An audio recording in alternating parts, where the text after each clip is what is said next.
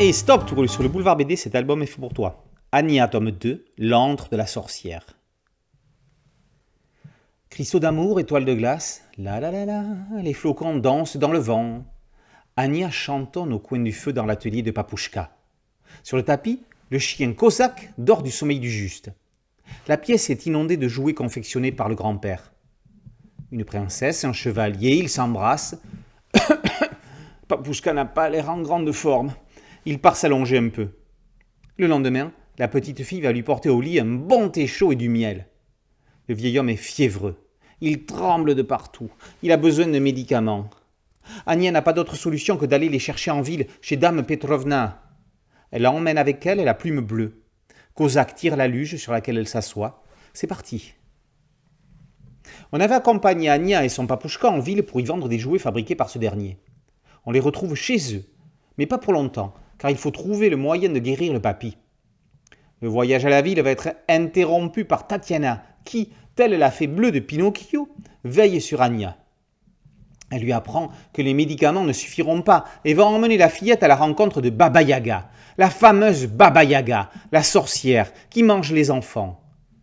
Si c'est la seule solution pour sauver Papouchka, il va bien falloir l'affronter.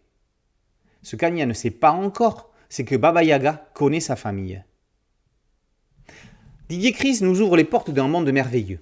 Avec ses couleurs, Fred Besson nous y enferme pour que l'on ne puisse plus en sortir.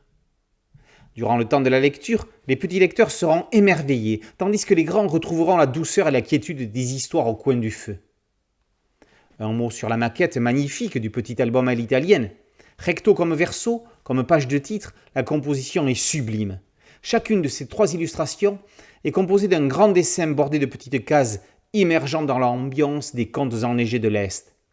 Un paysage, une fiole, un hibou, des corbeaux, un chat noir, une lune, des étoiles. Avant même de commencer l'histoire, on est déjà projeté dans l'ambiance. Alors qu'on peut reprocher à certains récits de mettre du temps à nous immerger, Chris, à qui l'on n'a plus besoin d'apprendre à raconter une histoire, ne pouvait pas faire mieux. Plus que bravo, à Chris, on dit merci. Oubliez Masha et Mishka, notre référence des contes populaires d'Europe de l'Est. C'est Anya, série que l'on souhaite longue, arrangée dans un autre style à côté d'Anna, publié chez Dargaud, à qui l'on souhaite le même succès. Anya, tome 2, L'antre de la sorcière, par Chris et Besson, est paru aux éditions de La Gouttière.